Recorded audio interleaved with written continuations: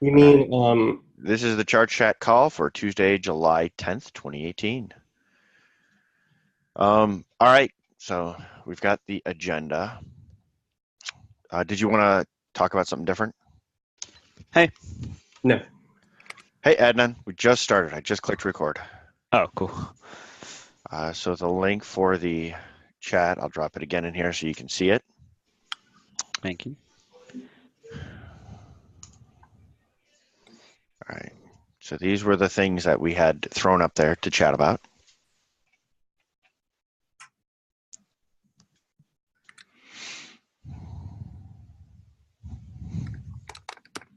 I should probably put this into a bit.ly. Might as well, since I'm doing all this organizational stuff today. Yeah, that would be cool.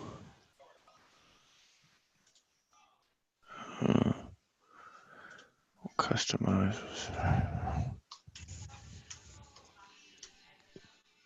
We don't have that for SIG apps, do we? We do not.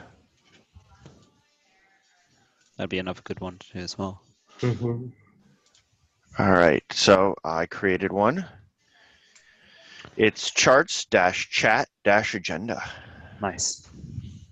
Something quick. So bit.ly/charts-chat-agenda. All right, we can always come back to that. Saves me having to remember 1H6UTT, etc. Yeah. All right. So the quick topics we had up were we have 338 open PRs.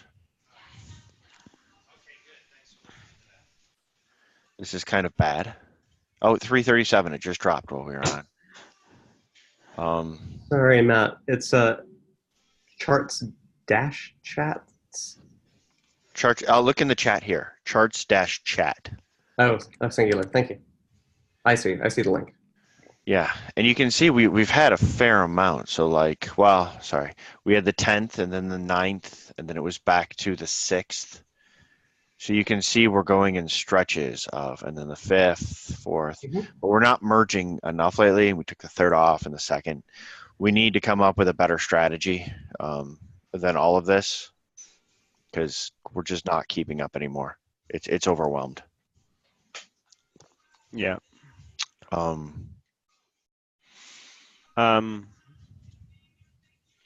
are we on the proposal front for the distributed repo stuff? Where are we on the proposal front? We are in the executive negotiation phase. Okay.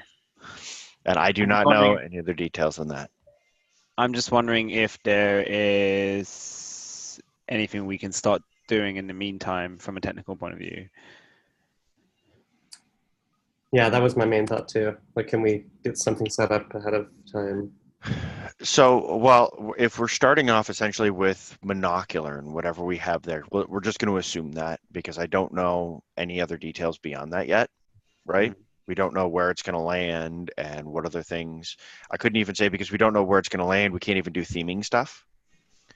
So the question is, and we can't do hosting stuff because it may be something like where it is now. It may be different. Because of that, I don't know what else we can do.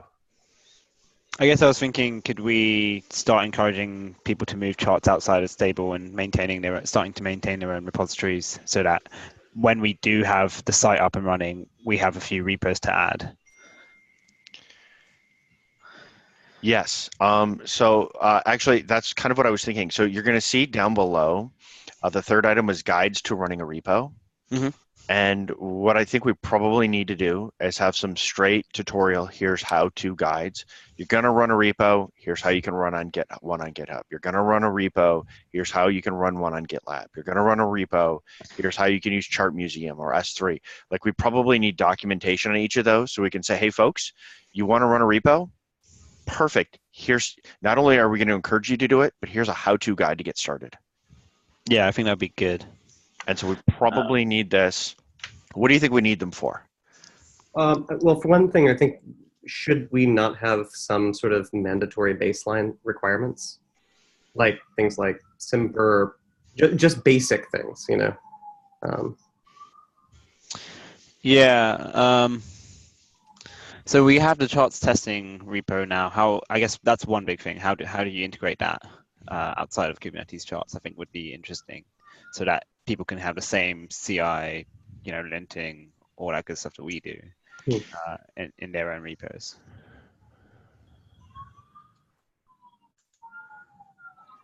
Right. Do you know, Matt, So how easy that is to integrate?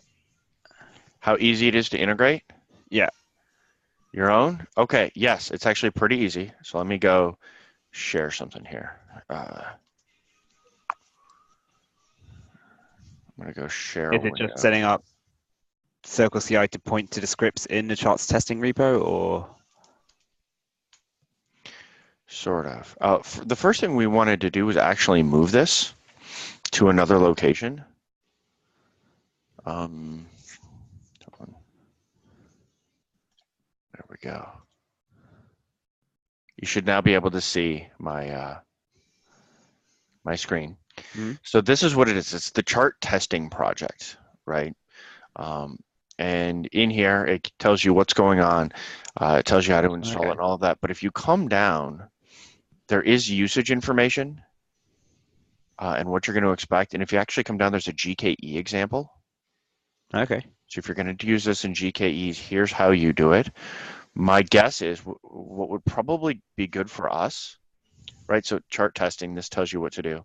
If we actually go to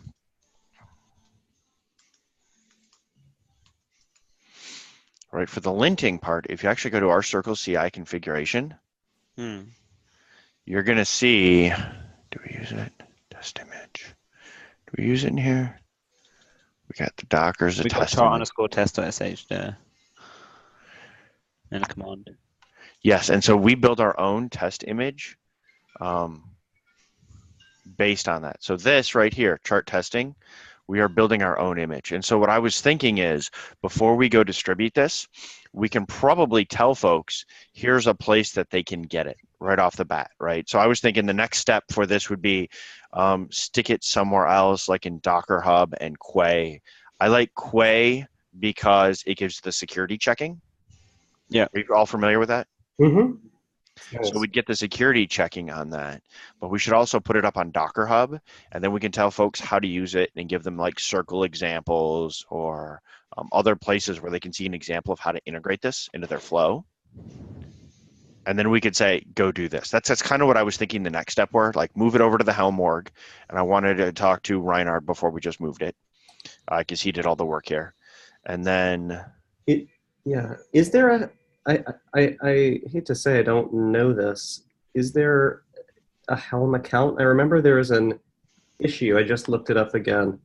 A Helm account? Sorry, a Docker Hub kind of canonical location for things related to Helm. And I remember you opened up an issue last year, Matt, that I was looking at not too long ago. Yeah. Link it here. So let me go sign in. Yes, there is, and we also have a Quay account. So if we go to organizations, we have Helm Pack.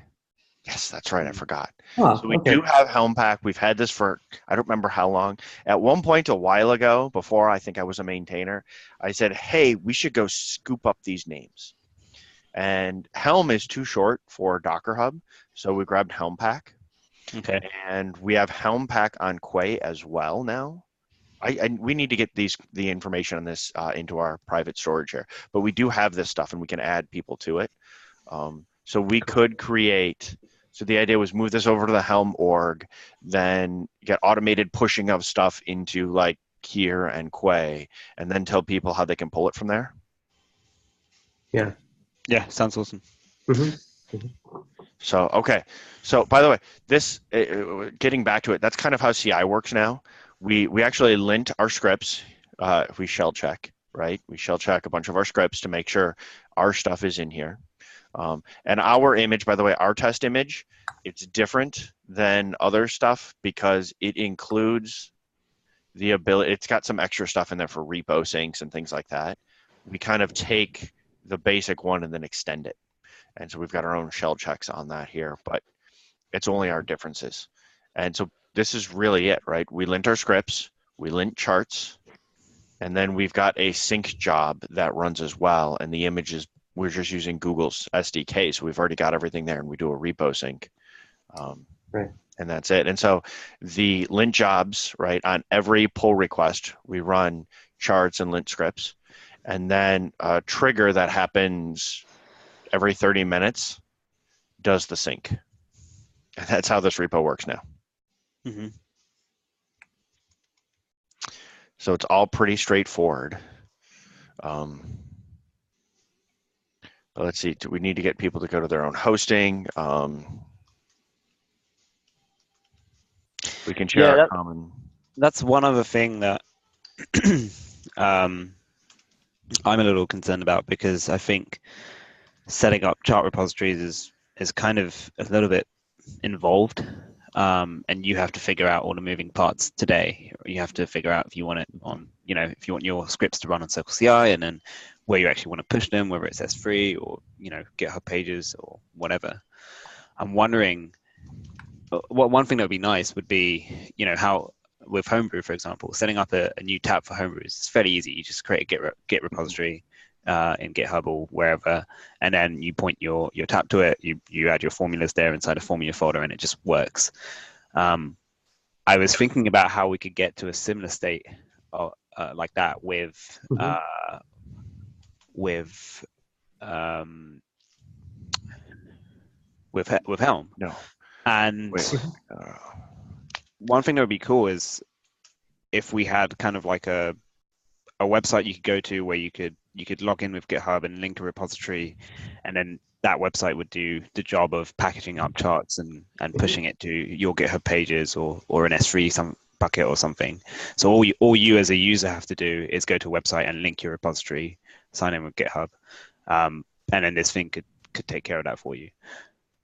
That could be an interesting project, but I was thinking of working on kind of as a side thing, but it could also be something that the CNCF could officially host, and then that would make it a lot easier for people to create their own chart repositories. The weird part is you have to give an application access to modify your repo then, right? Yeah, this is the only thing that makes it kind of difficult on GitHub. If, as an alternative, we relied on something like S3 and just asked for S3 credentials for pushing to just a single bucket, which is more fine-grained permissions, that would work nicely. There's also deploy keys that you could use, but they're a bit more difficult to set up on the GitHub side. Well, here's two things that get us started, though, right? We do have a Helm GitHub, and I guess this would work for GitLab as well. I haven't looked at it. Plugin that you can use to do it, and then there is also an S3 plugin. But all these things still require you to set up something, right? Like CircleCI, and then go and have to just integrate that yourself. I'm just thinking like literally like a one-click thing. I just click on a repo and it just starts working, and I get a URL that I can use. And we could do it as a webhook kind of thing where it does it. Mm-hmm. No, I think that would be great. If somebody wants to go write it, we can work out the hosting for something like this. The CNCF will give us a certain amount of hosting, and since this is actually going to be pretty cheap and easy, it's something to do over there. I could think of a bunch of ways we could build this, but it really comes down to somebody wanting to write it. Cool. Yeah, I'd be interested in starting that project. Yeah, I would be interested in that too, in collaborating. I was thinking about how. Have you all used Go Releaser? I haven't, but I have seen it. Yeah. It does a relatively similar thing. It has a when you want there's different levels of integration, but one of them just is the Homebrew integration. I mean, basically it builds binaries for your Go project for you, and then connect them to your own GitHub repo. You just need to give. I mean, actually, you use your own GitHub token, and that's it. Set a token with a repo scope, and that's all you have to do.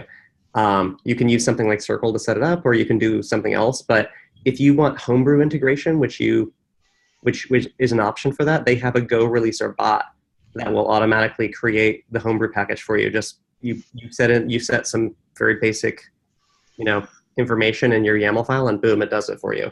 So maybe we could follow a model similar to that. Yeah, that sounds interesting. And do they build the binaries on their infrastructure? I thought it was something that you run, you Run run it. through the CI or something. You run it yourself. You can actually run Okay. it from your own command line, or you can just use a pre-built Circle file that they have. I made an updated one for Circle too, but it's the same idea. Yeah. Um, So how about this? If we, Adnan, if you start doing this, or if somebody else wants to help you do this, Hmm. we could do it maybe as the code base under the Helm org or something like that. We could take it Yeah. there. If you want to, let me know. We can go create that. You probably already have access. We could create the repo for it, and then we could see about CNCF hosting, and maybe even have it as something .helm.sh. We could have Yeah, it I think, live as a URL under there. and that way, if we do require to push permission to GitHub, then it's a little less. mhm. Uh, if it's more of a trusted site, then people will hopefully trust it more. Hmm. That's cool. Yeah, I think that'd be great. Yeah, I can start that, and then Scott, we can talk about working on that together. Cool. Yeah, that'd be great. Okay, I added something to the meeting minutes about you signing up to do this. So Cool. It's written down now. I can't. It's also recorded now, so can't back, recorded, it's written down. Yeah. Locked in. yeah, can't back out of it now. No, I like the idea of making it easier. If we keep trying to make things easier and easier and easier, it'll make it more Yeah, and palatable. I was just thinking because if we're kind of expecting people to like spin up like one of the reasons why people love the stable repository is because they don't have to worry about the infrastructure. They just send a pull request and they know that chart's going to appear in some repository somewhere and they can start using it. Right. And if they were to just do it themselves, like just for one chart that they wanted to maintain, they'd have to go through the effort of setting up a whole pipeline for that. And if we can make that easier and just like a one-click thing, then that's just going to be a much lower barrier to entry for people. Hmm. Yeah, I wonder when we get into the whole chart museum thing too. I wonder if the CodeFresh folks would want to, and Josh and those folks. I'm sure. Yeah, and I think CodeFresh. Correct me if I'm wrong, but CodeFresh kind of has something where they will package your charts up for you and put it somewhere. But I think it's like a private thing, right? It is. That's why they hired Josh, so they could Okay. integrate Chart Museum into their CI.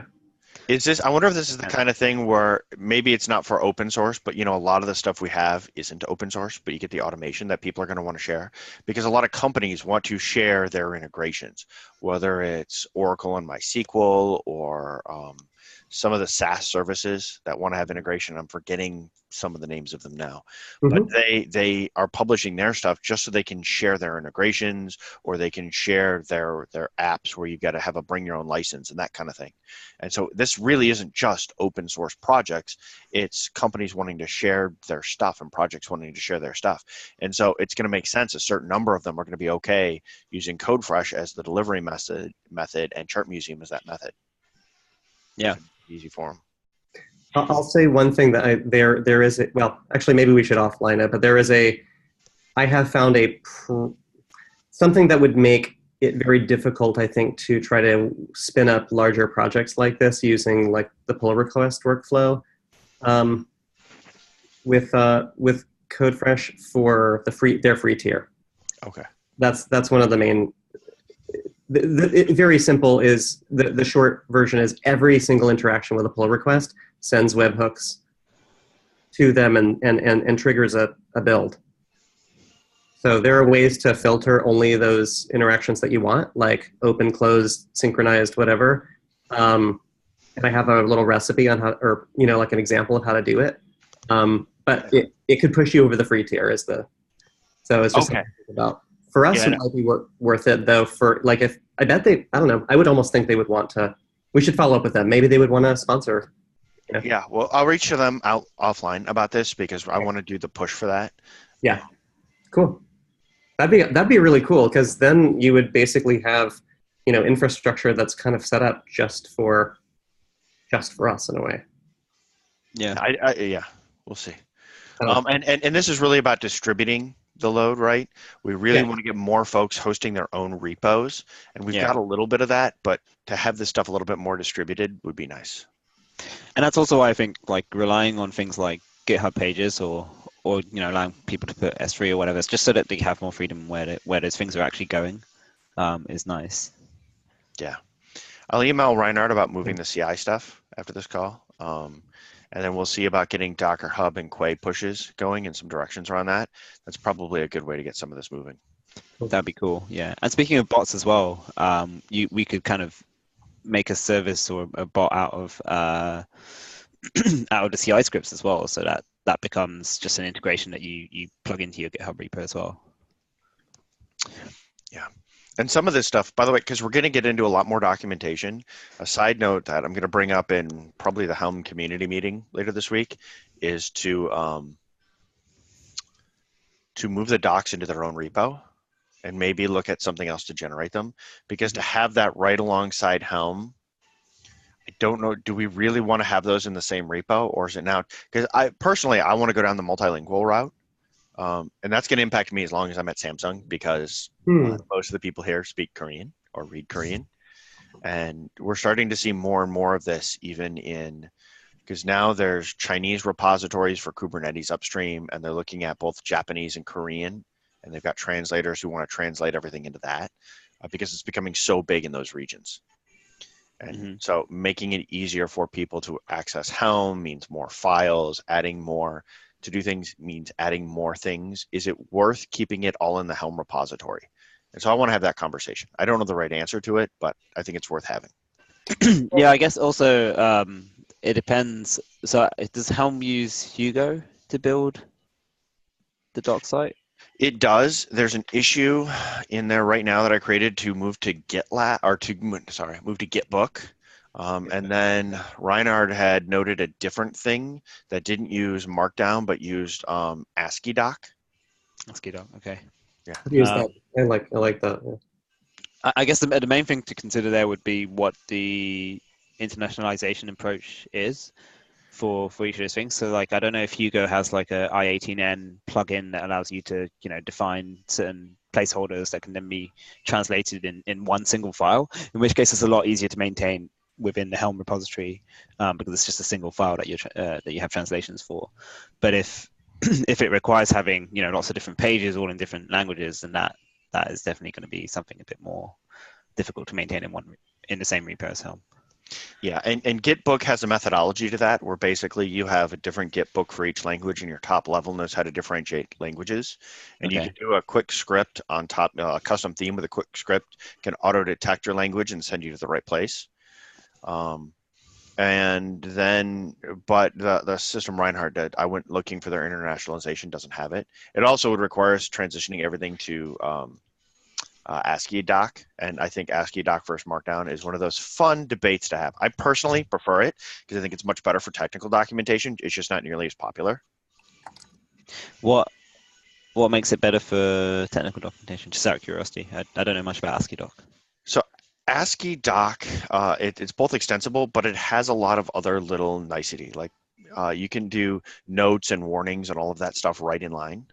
Okay. Right, and it'll actually pop up, and when they generate it, it gives you the warning image or the note image. It lets you do sidebars. It lets you do some of those things that you get in technical writing that are quite often there that Markdown doesn't have.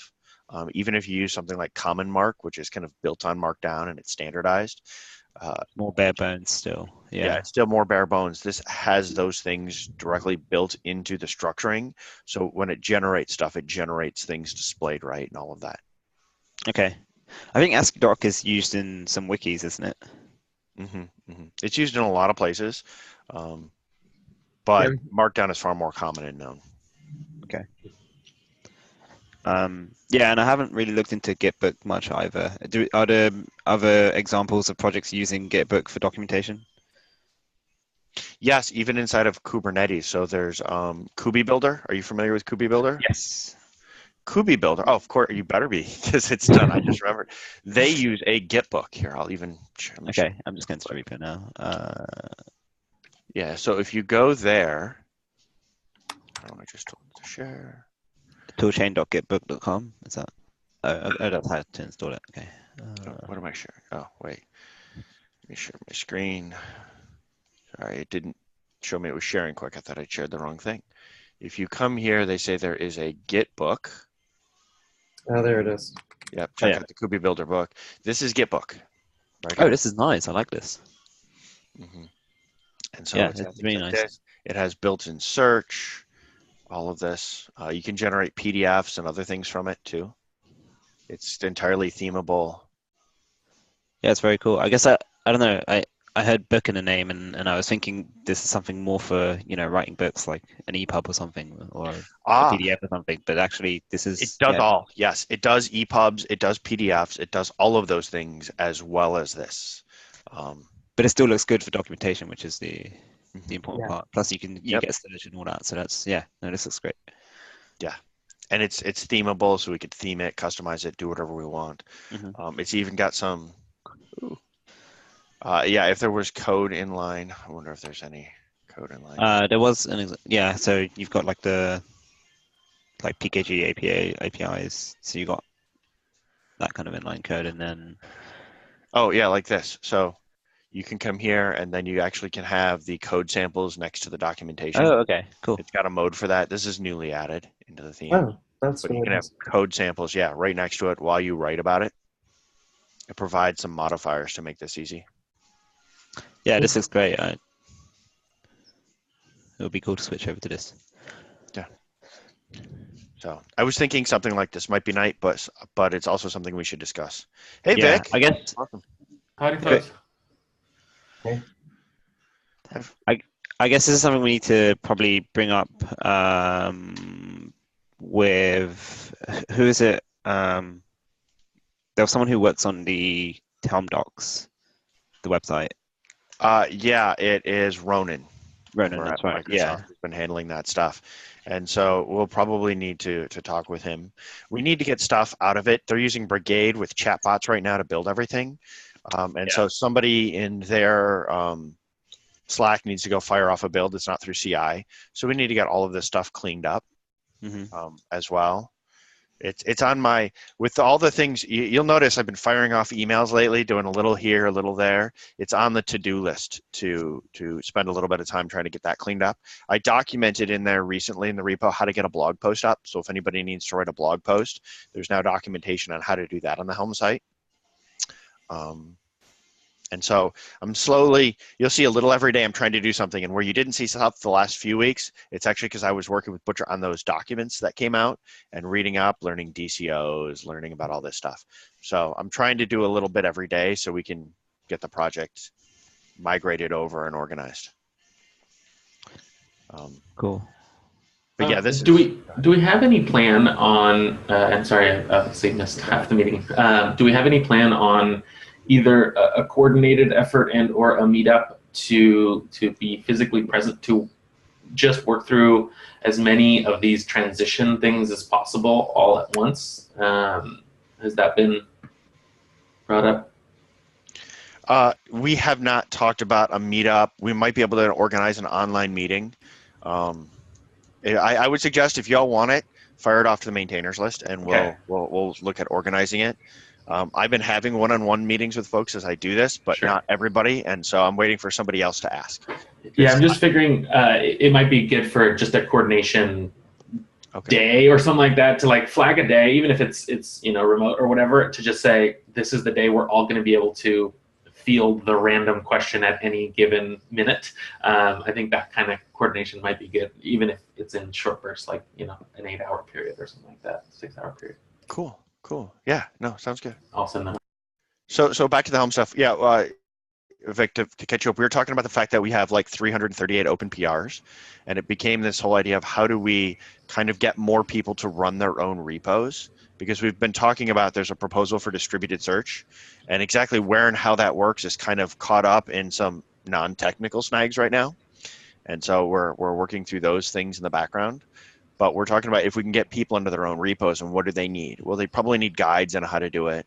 Adnan had talked about maybe we could set up a service, because you can turn a GitHub repo into a chart repository. Yeah. Matt Butcher actually wrote a plugin a while ago, here, sharing it, that will do it for you in your CI setup. So we probably, Adnan talked about maybe we could have a web service that could just look at a repo and do that work for you on your GitHub pages, right? I think kind of lowering the barrier for entry here, because if I just wanted to publish one chart, I don't want to go and have to set up a bunch of Circle CI scripts to do that. It's a lot of work. It's a lot easier to just PR to an existing repo, like the stable repo, to do that. So if we can make it where it's just as simple as keeping a GitHub repo with 1 or 2 charts in there, and then hooking it up to some service which automatically does the packaging for you on push. So question on that, would we want to do basically leverage our Circle and our CI setup, but their repo? Like if we had a starter repo that is fork this, add chart here, add tag. When that tag hits, then make a PR to our repo that says, here is my repo that you have to start tracking. And then we'll build every time you push a tag or something like that. Like, is that like, how much do we want to take off of them? So I was literally thinking as a service where you could go and log in with your GitHub username, something like Circle CI, right? You log in with Circle CI using your GitHub account, and then it shows you a bunch of your repos, and then you connect them to Circle CI, and then that starts building stuff. So if we had a service that you'd be able to log in with, and then you click on your chart repository, and then that can start building your charts for you somewhere. Obviously there's infrastructure behind that, but we can figure out where that could be. The CNCF could host that, and then we push those built charts to GitHub pages, or maybe you can give us like your S3 access credentials, and we can push it to an S3 bucket. That way you don't have to go and set up Circle CI or manage these scripts. It's all kind of done for you as a service. Mm-hmm. Yeah, that makes sense. So think of it as like kind of the Docker Hub automated build. Sure. And then how you would register your things through that service, basically. Yeah. Okay. Yeah, that sounds great. Is that a relatively high effort I think it's activity? I think it's definitely not an easy thing to build. And there's a lot of kind of logistics in terms of infrastructure stuff. Who owns that? How does it get updated? The other thing that I'm worried about is that we have probably like a very bimodal distribution of interest in actually updating. So like there's probably people who really, really care to do stuff and would want to do, or would be fine with handling the Circle CI part. Then there's probably people who might want to do basically nothing and just be able to push to a repo and have a chart show up. So I wonder how we satisfy those two use cases. Like, I guess I'd say like the hobby chart creator and the part of the stuff that I run my production on chart creator are kind of two different use cases. The production one, I think they really just want to make sure their changes are making it back upstream, and I think that we see a pattern of that. The other ones, I got a chance to look at this chart again, and here is my update. So I don't know that there's a solution that fits both necessarily, but maybe we can start looking at those problems separately. That's a good point, yeah. And I'm mostly thinking about this in terms of the kind of hobbyists who just want to totally build and maintain one chart and not have to worry about the infrastructure behind that. Sure, there's going to be people who like for example at Bitnami, where we want to have our own chart repository and have that backed by S3, and that's obviously a private bucket in our own infrastructure that we need to maintain. So in that case, we'd probably want to set up our own pipeline, probably have it in our own Jenkins thing. So we wouldn't be a use case for that. But I'm thinking just from like someone who just wants to do something basic and just wants to make it as easy as like Homebrew, right? Like setting up a Homebrew tab is really easy. You just create a GitHub repo and it just works. So if we can make it as easy as that, then it's going to be a lot easier for people to move away from the stable repository and maintain their own charts in their own repos. How would it work for, like, let's say that happens for someone and they onboard onto our new infrastructure thingy that works things out for them. Mm-hmm. Would we have them put in a PR in the stable repository deprecating it with notes saying you need to add this new repo, and then if they did that, if they added a new repo and the new version came out in their repo, would an upgrade then work? An upgrade should work because you can just Right. point to another you can upgrade an existing release and point to any chart. You could even upgrade WordPress to Magento if you wanted to. Oh, that sounds dope. If you're willing, I must try that. quickly. But Turn your blog into a web shop just like this. Boom. I think earlier, right before you got on, I mentioned having some kind of possible minimum requirements, like community guidelines, basically. And I think, admin, if what we were talking about is just one,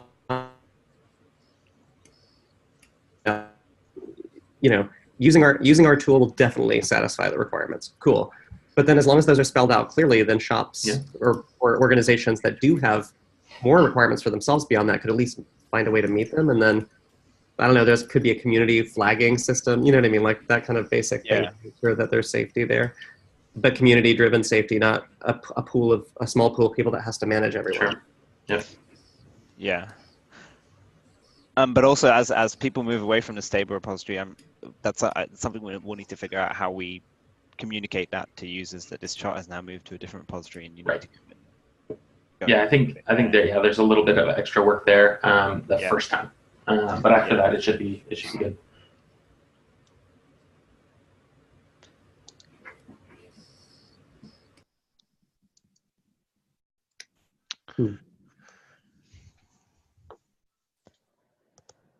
So I think what we've got is a lot of options that we can start to work on, quite frankly, to slowly start making it easier for people to run their own repositories, whether it's a service that makes it simple for some cases, or documentation, or there's all kinds of things.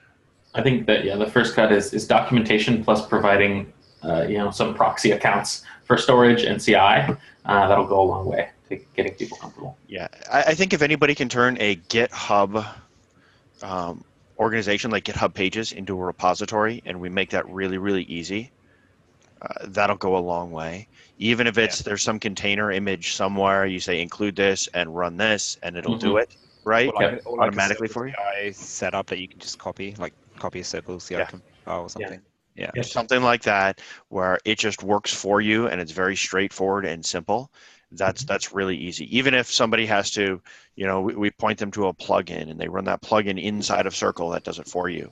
Or even if they run it locally themselves, because if you run it locally yourselves, right, you can start signing things. That's one of the bonuses, right? If I release it myself, I can say, I'm going to sign this release and it's going to go out, right? And then I can push it myself, because we haven't done much with signing, even though Helm has it. And I would love, I'm kind of a security nerd, so I like the signing. If we could show people how to do that as well, that would be good. Yeah. Agreed. So I put some to-dos in here. I will probably start writing some of this myself on if I can find the time. It'll probably be a month or two before I get to it, or unless I can get done some of the other Helm stuff first. But folks, if we start sharing this, we can make it easier, and then we're prepped for the distributed search too. Yep. Finally, Matt, feel free to share any early version or any code that you want in the next couple of months. I'd be happy to give it a look and give it a try, and even add the documentation if necessary. Yeah, likewise. Oh yeah, I'll bug people. Don't worry. Please do. Keep an eye on your email. Yeah, I have a special filter just for you. It's really great. It's the first thing when I wake up in the morning. I look at my Matt folder. Oh, that makes me feel so good. Yeah. It's usually blank. Trust me. All right. So that's what we had on the agenda today. Is there anything else we wanted to talk about? I would like to schedule a follow-up sometime about the new this idea to have a central service, a central manager. I know, Matt, you've been talking about it for a while, using packages as an example, and I feel like what has been discussed right now, what you were talking about, Adnan, meets a lot of that criteria. I'm excited to pitch in, and I would love to maybe set up a time just to talk about, like, there's a lot of things that come to my mind, and I don't know that they're useful to really bring all of them up right now. Give us a few more weeks. I think the real thing is there's hub.kubeapps.com, and where does this future of all of this stuff go, and who does what, and how do the relationships work between organizations, and a lot of that is outside of the developer pay grade to go figure out, right? And that's the kind of stuff that's happening in the background. And quite frankly, I don't know what the answer is. Yeah, I but think we're a I'm little bit blocked on this for now. Yeah. we're a little bit blocked on moving forward with it, but it's being left to others, and they are actively working out how this is going to go. And I am not stepping in with any kind of opinion on it. More just saying, hey, folks, can you solve this for us so we can get unblocked? Has the proposal been merged yet, or is it still? No. Yeah. It's still sitting as a PR. I was waiting for the final outcome of whatever the conversations were to push that forward. Okay, sounds good. Yeah. And that's why I'm not talking too much about any of this stuff, just because it is tied up with others, and I'm letting them have their conversations.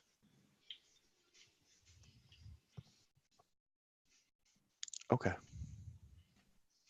Alrighty, folks. Good to see you. Good Yeah. to see you. Thanks for all the wonderful conversation. Yeah. It was much better Bye. than I expected when we started today. Oh, I found out why some folks were not able to join. One quick thing is this room was set to you had to be signed in with a Zoom. Yes, I got that for the first time. I noticed that. Ah, okay. Me too. Okay, yeah, I didn't even realize it was our system had defaulted to that way. Is that While part we of were the talking, Helm? I took it off. Cool. Yeah, it was the default. I turned it off for these meetings, so it should not happen in the future.